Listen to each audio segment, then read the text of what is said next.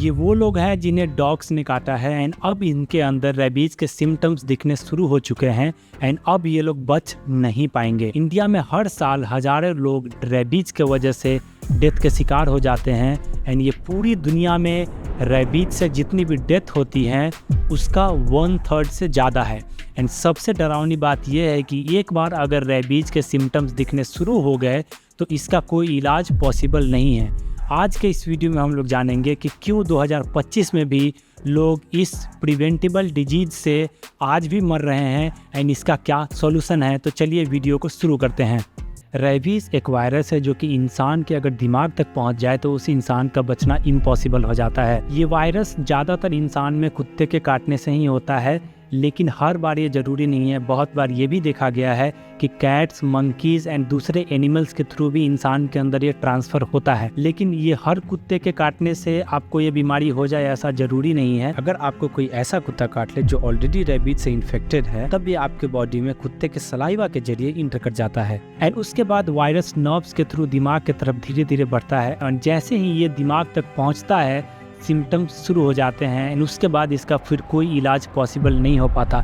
इसलिए रेबीज़ को ये कहा जाता है कि एक बार इसके लक्षण दिखने शुरू हो गए तो 99% केसेस में डेथ कंफर्म्ड होती है। थकान, फीवर या बाइट वाले प्लेस पे सूजन होना ये इसके छोटे मोटे सिम्टम हैं, बट इसका मेन सिम्टम है पानी से डरना, जिसे कि हम लोग हाइड्रोफोबिया भी कहते हैं। अगर पेशेंट को प्यास भी लगे तो पेशेंट पानी नहीं पी पाता बिकॉज पानी पीते ही उसके गले में जलन होती है एंड वो पानी से पैनिक करने लगता है, चिल्लाने लगता है, बेचैन होने लगता है एंड धीरे धीरे पेशेंट कोमा में चला जाता है, जिसके बाद इवेंचुअली उसकी 2 से 7 दिनों के अंदर मौत हो जाती है। वर्ल्ड हेल्थ ऑर्गेनाइजेशन के अकॉर्डिंग हर साल इंडिया में 18 से 20 हज़ार डेथ्स होती हैं, जो कि वर्ल्ड के टोटल रेबीज डेथ का 36% है एंड इसमें जो ज़्यादातर जो अफेक्टेड होते हैं वो 15 साल से कम एज के बच्चे हैं। 99% रेबीज जो ह्यूमंस में ट्रांसमिट होता है वो डॉग्स के थ्रू होता है, लेकिन सिम्टम्स से पहले ही अगर इंजेक्शन लगवा दिया जाए तो रेबीज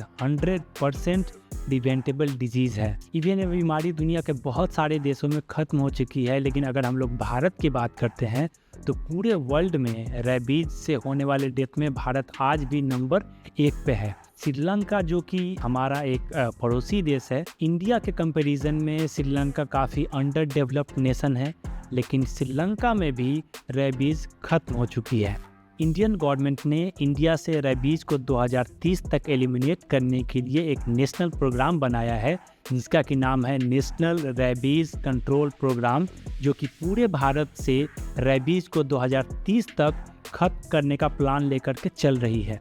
लेकिन एक्सपर्ट का ये मानना है, काफ़ी एक्सपर्ट्स ये बताते हैं कि ये प्रोग्राम इतनी स्लो तरीके से काम कर रहा है कि 2030 तक इंडिया से रेबीज को एलिमिनेट करना पॉसिबल नहीं है। एक्सपर्ट ये भी मानते हैं कि इंडिया के बहुत सारे रूरल एरियाज ऐसे हैं जहाँ पे एनसीआरपी का प्रोग्राम सही से नहीं पहुँच पा रहा है एंड वहाँ पे रेबीज़ की कंडीशंस को मॉनिटर करना काफ़ी मुश्किल हो रहा है। एग्जाम्पल के लिए हम लोग केरला का डेटा उठाते हैं, जहाँ पे 300 डॉग्स का एक सैम्पल साइज़ लिया गया एंड उसके बाद ये जांच में ये पाया गया कि उस 300 डॉग्स में से 168 डॉग ऐसे हैं जो रेबीज से इन्फेक्टेड हैं। मतलब कि 100 में से 56, मतलब सैम्पल साइज़ का 56% डॉग रेबीज से इन्फेक्टेड होना ये कोई अच्छी बात नहीं है।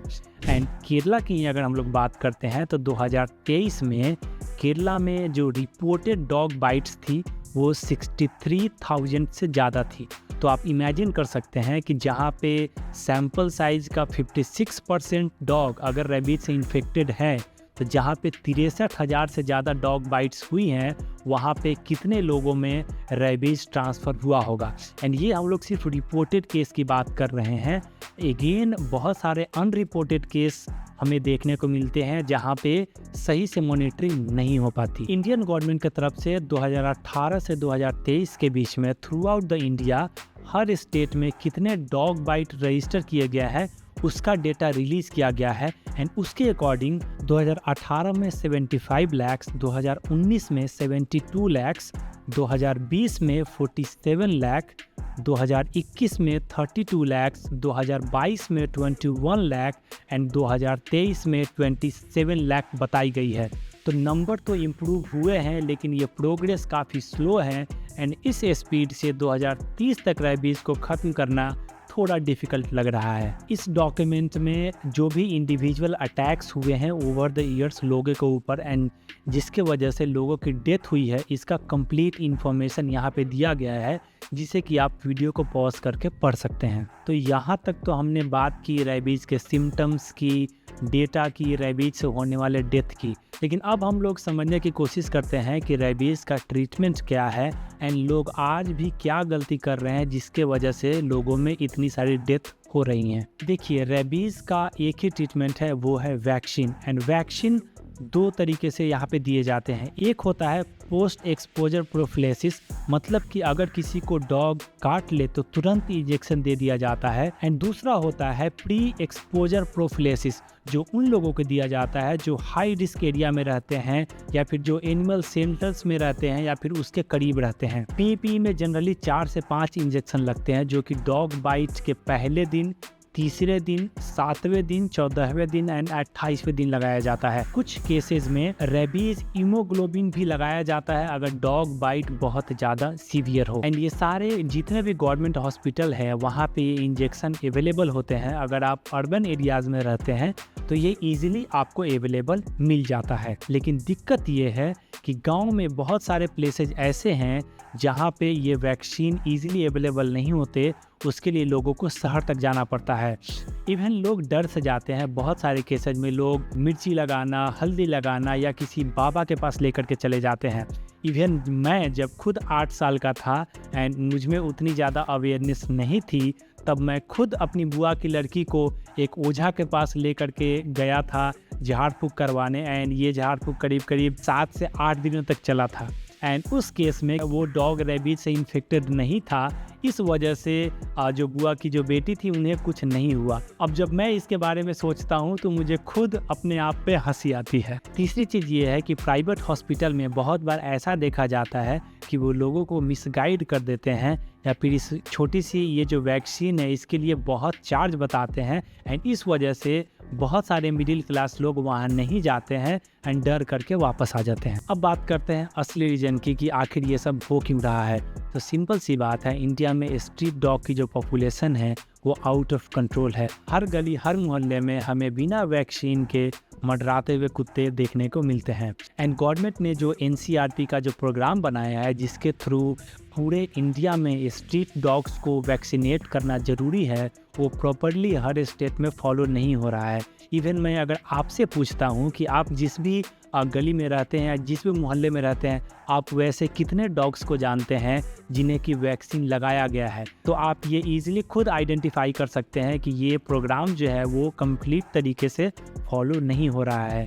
एंड जो भी NGOs यहाँ पे जिन्हें फंडिंग मिलती है ये सारे वर्क कराने के लिए, वो भी सिर्फ फंडिंग ले रहे हैं, लेकिन ग्राउंड लेवल पे इसका कोई भी इम्पैक्ट हमें देखने को नहीं मिल रहा। तो करना क्या चाहिए? नंबर 1, अगर कुत्ता काट ले तो तुरंत हॉस्पिटल जाओ। कोई नुस्खा, कोई बाबा, कोई देसी इलाज मत करो। नंबर 2, अपने आसपास के लोगों को बताओ कि रेबीज़ का क्योर है, लेकिन इसका एक ही कंडीशन है, टाइम पे वैक्सीनेशन। नंबर 3, गवर्नमेंट से आप ये डिमांड करो कि जो भी गवर्नमेंट ने प्रोग्राम चलाए हैं रेबीज़ को कंट्रोल करने के लिए, वो सीरियसली इंडिया में इम्प्लीमेंट हो।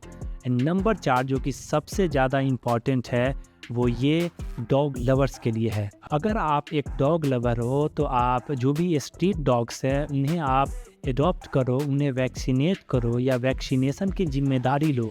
ऐसा नहीं कि आप किसी भी रैलीज़ में आप पहुंच जाओ एंड वहां पे जा कर के आप घड़ियाली आंसू बहाओ। अगर आप सच में कुछ करना चाहते हैं तो आप इन सारे एक्शंस को करिए जिससे कि सोसाइटी में इसका कोई इम्पैक्ट हो सके। अब मैं आपसे ये रिक्वेस्ट करूंगा कि इस वीडियो को आप ज़्यादा से ज़्यादा लोगों तक शेयर करें ताकि ये अवेयरनेस ज़्यादा लोगों तक पहुंच सके। एंड आपकी इन्फॉर्मेशन के लिए मैं स्क्रीन पे एक नंबर लगा रहा हूँ, ये एक हेल्पलाइन नंबर है रेबीज से रिलेटेड। अगर कभी भी आपको ज़रूरत पड़े तो आप इस नंबर पे कॉल कर सकते हैं। एंड इसके अलावा अगर आपको रेबीज से रिलेटेड कोई इन्फॉर्मेशन चाहिए तो उसके लिंक भी मैं वीडियो में दे दूंगा। एंड अगली वीडियो आप किस सोशल इशूज़ पे चाहते हैं या किस टॉपिक पे चाहते हैं, कमेंट में ज़रूर बताइएगा। Thank you for watching the video. मिलते हैं अगले वीडियो में। नमस्कार।